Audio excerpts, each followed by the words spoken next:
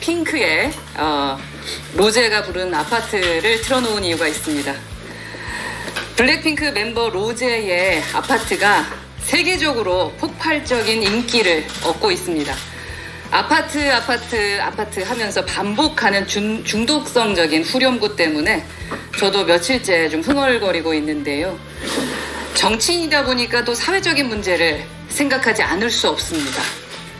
로제의 아파트를 부르는 세대와 윤수일의 아파트를 부르고 자란 세대의 자산 격차, 소득 격차를 해소하지 못하면 우리 사회의 미래에 희망은 없습니다.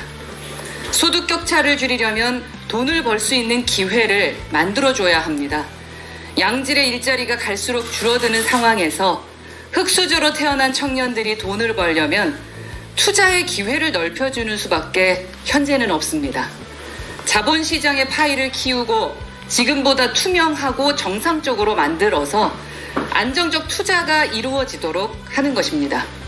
그런 의미에서 금투세는 미래 세대의 희망의 사다리를 걷어차버리는 이기적인 세금입니다.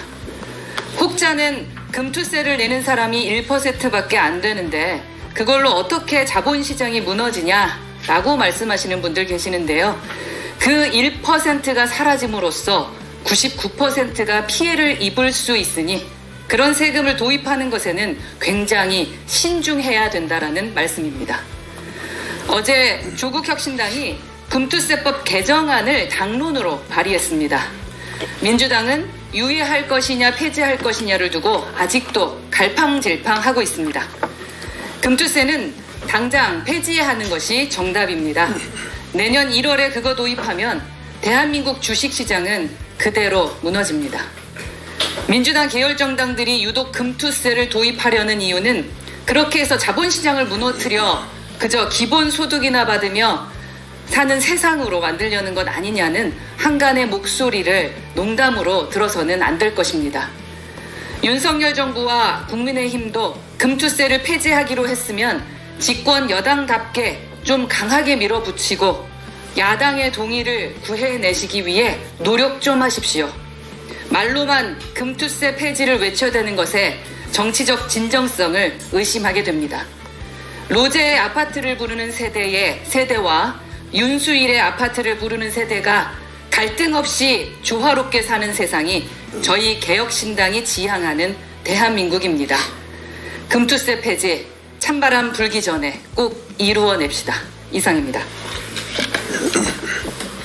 특검 정국이 아닌 특감 정국에 골몰하고 있습니다. 특별감찰관의 도입이 김 여사의 모든 문제를 해결할 수 있는 것처럼 주장합니다. 과연 그렇습니까? 특별감찰관은 자세히 뜯어보면 수사력도 강제력도 구속력도 없는 맹탕 감찰관입니다. 수사도 할 수 없고 이렇다 할 권한도 가지지 못한 일종의 고충 처리 옴부즈만 정도의 제도를 유일한 대안인 양 호도하는 것은 국민을 속이는 일입니다. 이미 박근혜 정부의 이석수 감찰관 재임 시절 그 사실이 증명이 됐습니다. 우병우 수석의 비위 문제를 검찰총장에 고발하고 박근영 씨의 문제를 검찰에 수사 의뢰했던 이석수 감찰관. 지금 이 정부에 대입해보면 이미 도이치모터스, 명품백 등 김 여사의 수많은 의혹을 무혐의 처리했던 검찰과 총장에 고발하고 수사 의뢰해봐야 어떤 결과가 나오겠습니까? 또한 지난 이석수 감찰관은 비위 조사 내용을 공표한 의혹으로 청와대로부터 고발을 당해 결국 사퇴하고 말았습니다. 본인이 공약한 감찰관을 스스로 폐기, 번복하는 뻔뻔한 이 정부가 이석수 감찰관의 전철을 밟지 않으리라는 보장이 있겠습니까? 제도의 부실을 손을 본 것도 아니요. 그렇다고 해서 권력으로부터 독립성을 강화하려는 그 어떤 조치도 동반하여 제시하지 않았습니다. 실패한 대책을 다시 꺼내들고 있는 국민의힘의 저의가 무엇입니까? 겉으로는 갈등하는 척, 속으로는 대안도 아닌 대안으로 논쟁거리를 만들어 김 여사도 지키고 대통령의 심기도 보호하려는 낯뜨거운 우정의 증표입니까? 혹은 국민 모두를 눈속임하고 있는 약속 대련입니까? 실패한 것은 실패한 것으로 끝나야 합니다. 특별감찰관은 결코 대안일 수 없습니다. 대통령 배우자도 조사, 수사할 수 있는 강제력을 가진 독립적 지위. 그것은 곧 특검입니다. 더 이상 특감으로 눈속임 말고 특검 받으십시오. 여당 추천의 검사라도 좋습니다. 정확한 수사를 통해서 깨끗하게 의혹을 털어내시길 바랍니다. 이상입니다. 며칠 전 제게 추경호 원내대표는 왜 22일 용산 대통령실 기자단에 고급 과자를 선물했을까? 라는 제목의 카톡 하나가 전해졌습니다. 그중 제가 평소 들어왔던 내용도 포함되어 있어서 오늘은 그걸 좀 나눌까 합니다. 그 내용인즉슨 추경호 원내대표는 별명이 용내대표 혹은 국회 수석일 정도로 용산 눈치를 많이 보는 사람.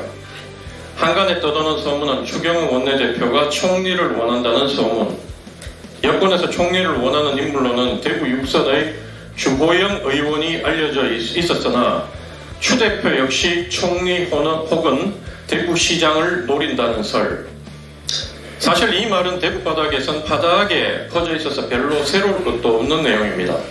추경호, 김재원이 저리도 눈물겹게 윤 대통령 편을 들면서 한동훈 대표를 공격하고 반대하는 이유가 두 사람 공이 다음 지방선거에서 대구시장을 노리기 때문. 손해보고 못 사는, 심지어 말 한마디라도 치고는 못 사는 성격의 홍준표 시장이 명태균 씨의 여론 조작으로 지난 대선 경선에서 피해를 본 게 구체화되고 있음에도 문제 삼을 생각이 전혀 없다고 하는 이유, 그리고 지난 23일 대통령과의 회동 이후 홍 시장이 연일 한동훈 대표를 맹렬히 저격하는 그 이유 역시 두 사람의 이해관계가 맞아떨어졌기 때문. 이젠 이준석보다 한동훈이 더 밉다는 얘기가 나올 정도로 한동훈 대표를 미워하고 어떻게든 한 대표의 힘을 빼고 싶은 윤 대통령과 한동훈만 찍어내면 내가 대선 후보 된다는 생각을 가진 홍준표 시장, 이렇게 공공한 처지의 두 사람이 적에 적은 동지란 그 유명한 말을 충실히 따르고 있기 때문에 그렇다는 것입니다. 홍준표 시장은 이 같은 야심과 대선 계획을 지난 7월에 있었던 개혁신당 지도부와의 면담에서도 가감없이 노출시켰습니다. 1시간 면담 시간 중 30분 넘게 한동훈 후보를 원색적으로 비난하면서 저희 개혁신당에겐 윤석열 대통령을 비판은 하되 절대 탄핵 집회에 나가서는 안 된다며 자세한 가이드라인까지 제시했습니다. 그 소리를 들으며 대구에서 나름 열심히 대선 준비를 하고 계시구나라는 생각이 들었지만 솔직히 당시에도 대구에 내려와서 더욱 현실감이 떨어지셨구나라는 생각을 지울 수가 없었습니다. 내가 당원 30%는 움직일 수 있다.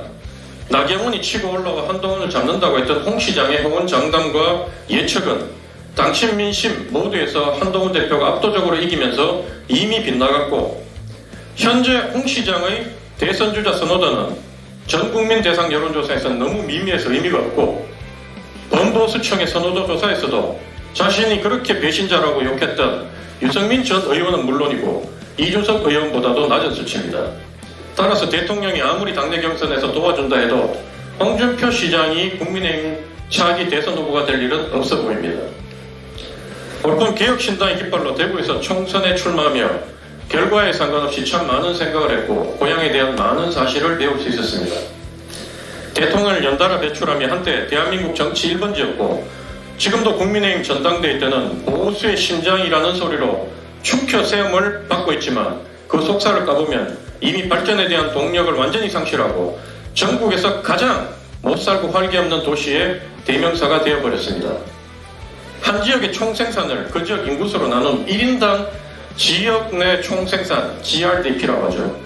그래서 전국 17개 시도 중 압도적으로 꼴찌가 바로 대구입니다.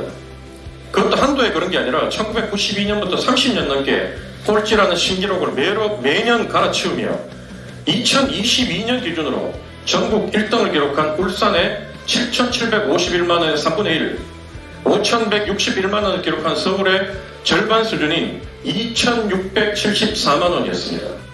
그 외에도 1인당 개인소득에서 광역 시중 꼴찌, 전국 매출의 1000대 기업 중 대구 기업은 고작 20개, 중견기업 역시 122개로 전국 중견기업의 2.2% 수준에 불과하여 대구 시민 99%가 직원 50명 미만의 작은 사업체업은 서비스업과 자영업에 종사하는 실정입니다. 대기업은 고사하고 그럴듯한 중견기업도 거의 없다 보니 고부가가치, 고임금 일자리가 아예 없고, 그렇다 보니 2024년 대구 직장인의 평균 연봉은 전국에서 3번째로 낮았습니다.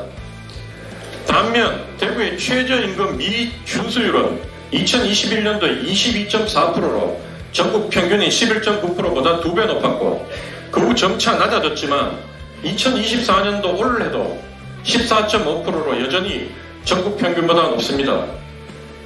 2023년 대구의 기초생활 수급률 역시 6.42%로 전국 평균인 3.6%보다 2배나 높았습니다. 지역 상황이 이렇다 보니 최근 10년간 대구 지역 청년 인구의 순 유출 규모는 총 76,465명으로 이 역시 전국 광역시 중 불명예스러운 1위를 했고, 이로 인한 인적 자원 손실로 새로운 산업과 일자리 창출이 갈수록 더 힘들어지는 악순환이 반복되고 있습니다. 이런 처참한 대구의 경제 지표들은 결국 경쟁이 사라진 환경 탓에 국민 눈높이에 맞는 전국적 인지도와 역량을 가진 정치인을 아예 배출치 못하다 보니 대통령 자리는 언감생심이고 오로지 권력의 손바닥 비비고 머리 조아려 임명직 한 자리 혹은 공천이고 당선인 TK 지역 공천권에만 매달려온 대구 경북의 후진적 정치 풍토가 낳은 가슴 아픈 결과물인 것입니다. 대구가 누렸던 과거의 영광을 돌아보면 한 나라든 한 지역이든 정치의 수준이 경제와 사회 발전에 얼마나 큰 영향을 미치는지 다시 한번 깨닫게 되는 교훈적 사례가 아닌가 싶습니다. 이상입니다.